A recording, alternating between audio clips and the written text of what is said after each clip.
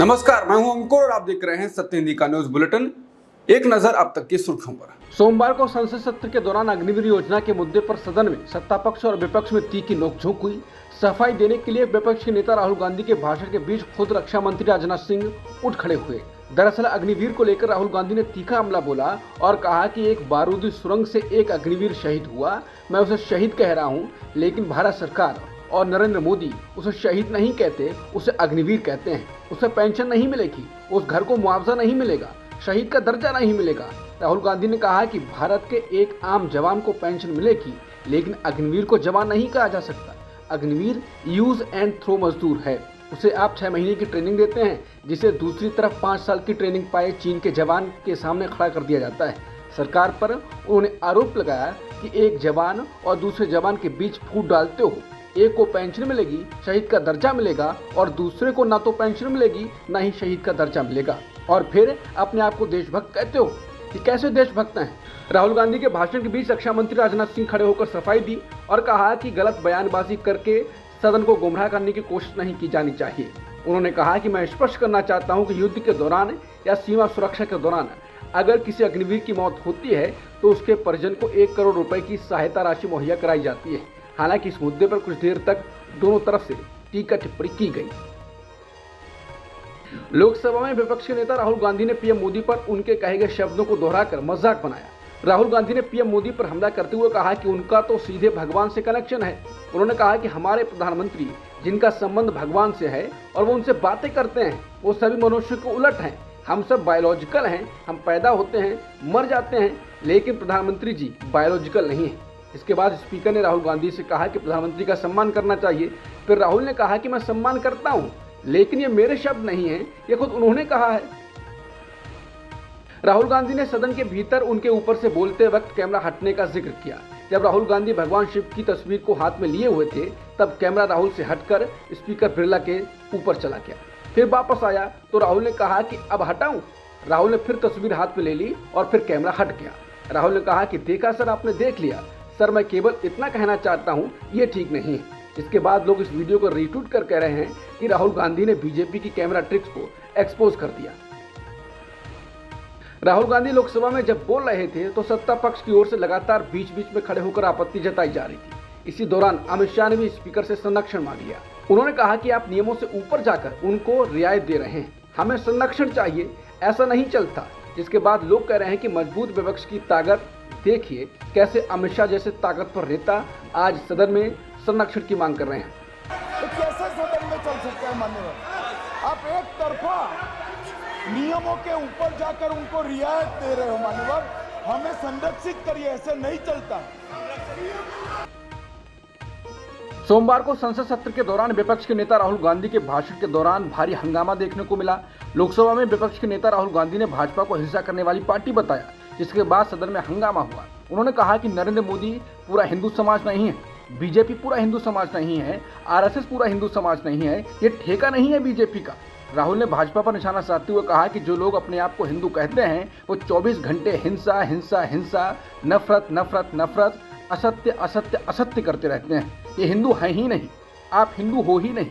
हिंदू धर्म में साफ लिखा है कि सत्य के साथ खड़ा होना चाहिए, सत्य से पीछे नहीं हटना चाहिए, अहिंसा फैलाना चाहिए। इसके बाद पीएम मोदी सदन में टोकने के लिए खड़े हुए।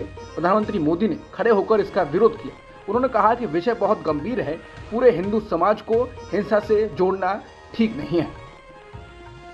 राहुल गांधी ने कहा कि नरेंद्र मोदी ने अयोध्या से चुनाव लड़ने के लिए 2 बार सर्वे करवाया। सर्वे करने वालों ने साफ कह दिया, अयोध्या से चुनाव मत लड़िएगा, अयोध्या की जनता हरा देगी। इसलिए नरेंद्र मोदी वाराणसी गए और वहां बचकर निकले। राहुल ने कहा कि राम भगवान की जन्मभूमि ने भाजपा को मैसेज दे दिया है, मैसेज बगल में है। राहुल ने सपा सांसद अवधेश प्रसाद की ओर इशारा करते हुए कहा। लोकसभा में राहुल गांधी ने ऐसा कहा कि सदन में जमकर हंगामा हुआ। राहुल गांधी ने अपने भाषण के बीच भगवान शिव की तस्वीर दिखाई, जिसके बाद स्पीकर ओम बिरला ने उन्हें रोका। इसके बाद स्पीकर और विपक्षी सदस्यों में नोकझोंक शुरू हुई। राहुल गांधी ने कहा कि क्या वो ये तस्वीर नहीं दिखा सकते हैं। इस पर स्पीकर ओम बिरला ने संसदीय कार्यवाही के नियमावली का हवाला दिया और कहा कि नियमों के मुताबिक संसद में किसी प्ले कार्ड या तस्वीर को नहीं दिखाया जा सकता है। राहुल गांधी ने कहा कि क्या इस सदन में शिव भगवान की तस्वीर दिखाना मना है। राहुल गांधी ने कहा कि हमें शिवजी से प्रोटेक्शन मिली है और यही बात चित्र दिखाकर समझाना चाहता हूँ, लेकिन आप इसे दिखाने नहीं दे रहे हैं। राहुल गांधी ने कहा कि उनके पास और कई चित्र हैं जिन्हें वो दिखाना चाहते हैं। राहुल गांधी ने स्पीकर ओम बिरला को भी निशाने पर लिया। उन्होंने कहा कि मैंने आपसे हाथ मिलाया तो आप सीधे खड़े रहे, जब मोदी जी ने आपसे हाथ मिलाया तो आपने झुककर हाथ मिलाया। इसके बाद स्पीकर ने कहा कि मेरी संस्कृति में सिखाया गया है कि जो हमसे बड़े हैं उनसे झुककर मिलो और जो छोटे हैं उनसे बराबरी से मिलो। राहुल गांधी ने फिर कहा कि स्पीकर सबसे बड़ा है, हम सबको स्पीकर से झुककर बात करनी चाहिए। आप इस हाउस के लीडर हैं, आपको किसी के सामने नहीं झुकना चाहिए। केंद्रीय गृह मंत्री अमित शाह ने कहा कि नेता प्रतिपक्ष बार बार तस्वीर दिखाकर नियमों को तोड़ रहे हैं। शाह ने कहा कि आपातकाल में इन्होंने पूरे देश को भयभीत किया है। अमित शाह ने आगे कहा कि कांग्रेस नेता राहुल गांधी लगातार संसद के नियमों की अनदेखी कर रहे हैं, तस्वीर दिखा रहे हैं, हिंदू धर्म का अपमान कर रहे हैं। शाह ने कहा कि विपक्ष के नेता ने स्पष्ट रूप से कहा है कि जो लोग खुद को हिंदू कहते हैं वो हिंसा की बात करते हैं और हिंसा करते हैं।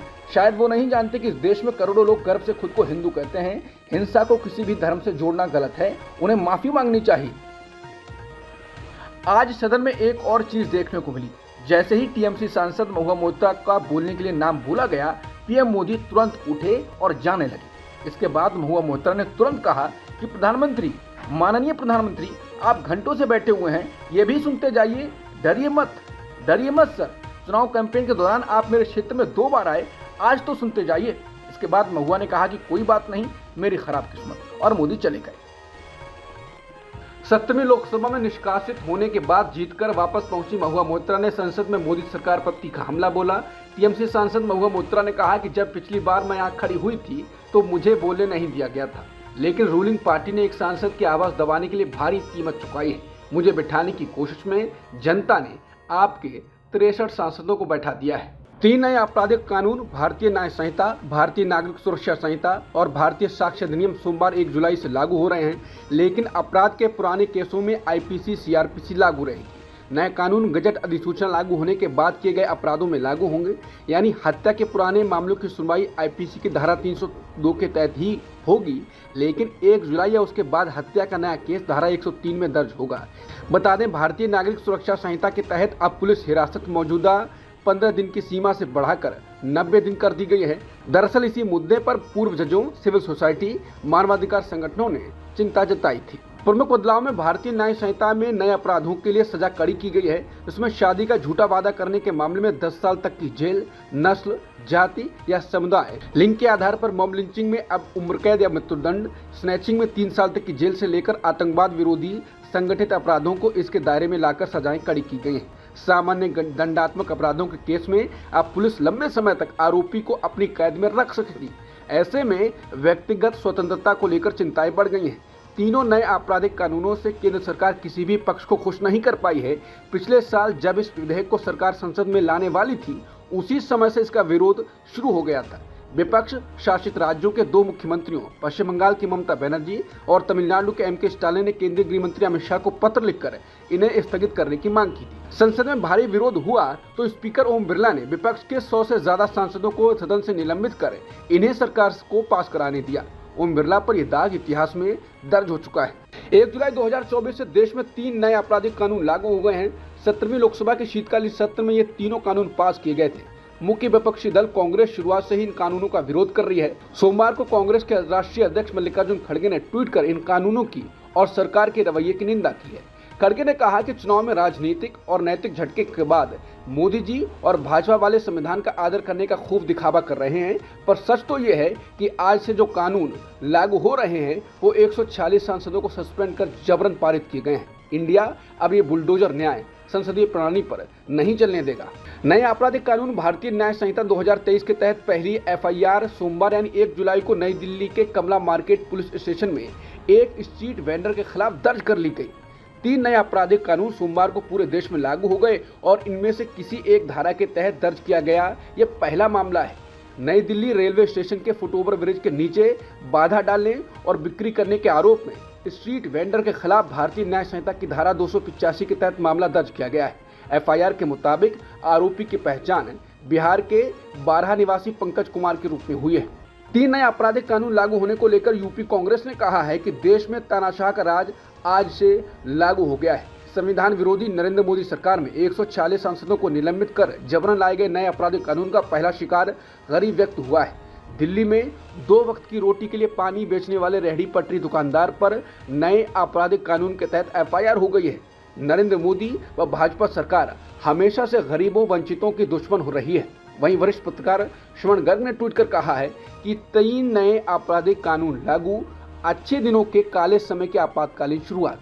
बीजेपी सांसद अनुराग ठाकुर ने राहुल गांधी को विपक्ष के नेता नियुक्ति होने पर बधाई दी। इसके साथ ही कहा कि यह महत्वपूर्ण है क्योंकि राहुल गांधी ने इतने वर्षों में बिना किसी जिम्मेदारी के सत्ता का आनंद लिया। अब उनके पास पावर है और उन्हें जिम्मेदारी लेनी होगी। उन्होंने कहा कि तीसरा कार्यकाल पीएम मोदी की परीक्षा नहीं है बल्कि विपक्ष की आखिरी परीक्षा है। उन्होंने कहा कि अनुपस्थित जिम्मेदारी काम नहीं करेगी। दिल्ली के मुख्यमंत्री अरविंद केजरीवाल की गिरफ्तारी के खिलाफ संसद परिसर में आज इंडिया गठबंधन दलों के नेताओं ने प्रदर्शन किया। इस बीच आम आदमी पार्टी के राज्यसभा सांसद संजय सिंह ने बीजेपी से पूछा है कि दिल्ली के सीएम ने ऐसा कौन सा गुनाह कर दिया है कि उन्हें गिरफ्तार किया गया, क्या बीजेपी इसका जवाब देगी। उन्होंने कहा कि सीबीआई और ईडी के जरिए विपक्षी नेताओं को टारगेट किया जा रहा है। इसके साथ ही उन्होंने कहा कि ईडी सीबीआई का दुरुपयोग बंद होना चाहिए, विपक्षी नेताओं को जेल में डालना बंद करो। दलित राजनीति में भाजपा को मात देने के लिए विपक्ष अयोध्या के सपा सांसद अवधेश प्रसाद को लोकसभा डिप्टी स्पीकर पद के लिए बतौर प्रत्याशी पेश कर सकता है। उत्तर प्रदेश में कांग्रेस और सपा गठबंधन है। इस गठबंधन ने लोकसभा चुनाव में बेहतर नतीजे दिए हैं। इसे और मजबूती देने के लिए कांग्रेस अवधेश प्रसाद के नाम पर सहमत हो गई है। अवधेश प्रसाद का नाम विपक्ष ने दूरगामी राजनीति के तहत तय किया है। इंडियन एक्सप्रेस का सूत्रों के हवाले से कहना है कि अवधेश प्रसाद के नाम का प्रस्ताव टीएमसी प्रमुख और पश्चिम बंगाल के मुख्यमंत्री ममता बनर्जी ने किया है। इसके बाद नेता प्रतिपक्ष राहुल गांधी, सपा प्रमुख अखिलेश यादव, शिवसेना यूबीटी उद्धव ठाकरे और आम आदमी पार्टी और डीएमके ने भी प्रस्ताव का समर्थन कर दिया। भाजपा की फायर ब्रांड नेता और मध्य प्रदेश की पूर्व मुख्यमंत्री उमा भारती ने लोकसभा चुनाव में भाजपा के प्रदर्शन को लेकर बड़ा बयान दिया। उन्होंने कहा कि हमें यह अहंकार नहीं करना चाहिए कि हर राम भक्त भाजपा को वोट देगा। हमें यह नहीं सोचना चाहिए कि जो हमें वोट नहीं देता है वो राम भक्त नहीं है। ये चुनाव नतीजे किसी लापरवाही का नतीजा हैं और कुछ नहीं है। दिल्ली आबकारी नीति मामले में सीबीआई की गिरफ्तारी और रिमांड के खिलाफ मुख्यमंत्री अरविंद केजरीवाल ने दिल्ली हाईकोर्ट का रुख किया है। सीबीआई ने सीएम को 26 जून को गिरफ्तार किया था और उसके बाद कोर्ट ने उन्हें 3 दिनों की सीबीआई रिमांड पर भेज दिया। इसी को सीएम केजरीवाल ने हाईकोर्ट में चुनौती दी है। सड़क पर एक महिला की पिटाई करने का एक वीडियो वायरल होने के बाद विपक्ष ममता बनर्जी पर हमला भरा। एक व्यक्ति द्वारा सड़क पर भीड़ के सामने एक महिला सहित 2 लोगों की पिटाई करने का खौफनाक वीडियो आया है। कहा जा रहा है कि ये सड़क पर न्याय दिया जा रहा है जहां ना कोई दलील होती है, ना कोई अदालत और ना ही कोई जज होता है, लेकिन सीधे सजा मिलती है। ऐसी बर्बरता को लेकर विपक्ष ने ममता बनर्जी पर हमला किया है। मुख्य विपक्षी दल भाजपा ने कहा है कि ये पश्चिम बंगाल में ममता बनर्जी के शासन का कुरूप चेहरा है। बीजेपी आईटी सेल प्रमुख अमित मालवीय ने कहा है पश्चिम बंगाल में ममता बनर्जी के शासन का ये घिनौना चेहरा है। वीडियो में जो व्यक्ति एक महिला को बेरहमी से पीट रहा है उसका नाम तजमुल है। फ्रांस के संसदीय चुनाव में धुर दक्षिणपंथी दल नेशनल रैली को पहले दौर में बढ़त मिल गई है, जिसने फ्रांस की राजनीति में उनके दबदबे को पुख्ता कर दिया है और सत्ता के करीब ला दिया है। प्रवासी विरोधी नेशनल रैली की नेता मरीन ले पेन के ये कहते ही कि मैक्रो गुट का पूरी तरह से सफाया हो गया है, कार्यकर्ता खुशी से झूम उठे। अब तक की सुर्खियों में इतना ही। बाकी खबरों के लिए बने रहिए सत्यहिंदी.com के साथ।